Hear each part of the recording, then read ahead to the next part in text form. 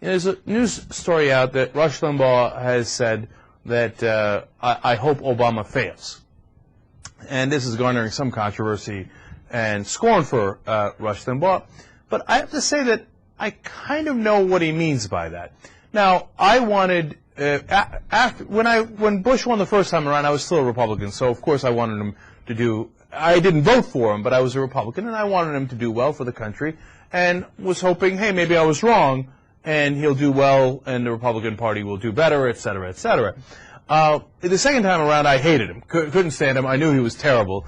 And I've got to say, Michael, there was a part of me that thought, look, of course I want the country to do better, but I know this guy, and I know he's not going to do well, and if by some weird twist of fate he does, or not he does, but he gets credit for doing well, there's a part that's going to bother me. You would be bothered egotistically, but you would never, I don't think, have wished him to do poorly. And also, the frame of reference you had was that for 4 years he had already done poorly. So you had no, there was nothing to make you think that he wouldn't do poorly. No, but for Limbaugh, to be fair to him, right, for Limbaugh, he does not agree with Obama. But it doesn't matter. I mean, the presumption of Rush Limbaugh is that he speaks his mind and says this foolishness that he says a lot of the time because he has his own set of beliefs about what would be good for the country.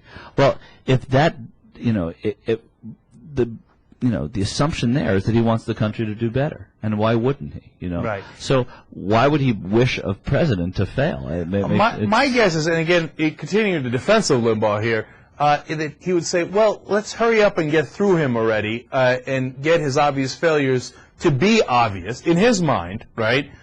So that the next election we elect someone who's a Republican and who's right-minded and then leads the country in the right direction, because this guy is obviously going to lead it in the wrong direction. That's foolish, and he's old and tired, and I can't suffer that anymore. I mean, well, let me say this. Now, here's why he's wrong.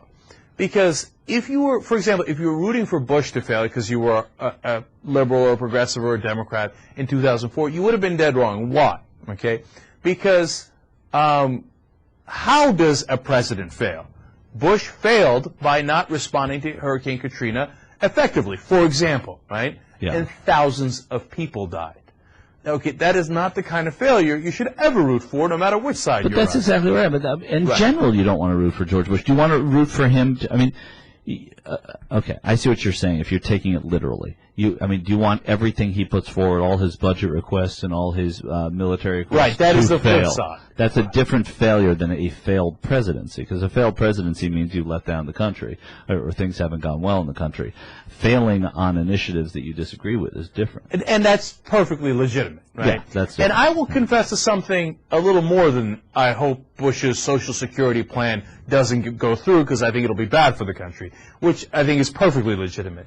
I wanted Bush to get bin Laden immediately, and I wanted him to get him immediately after the 2004 election. But when it got down to a couple of weeks left, I was like, you know what?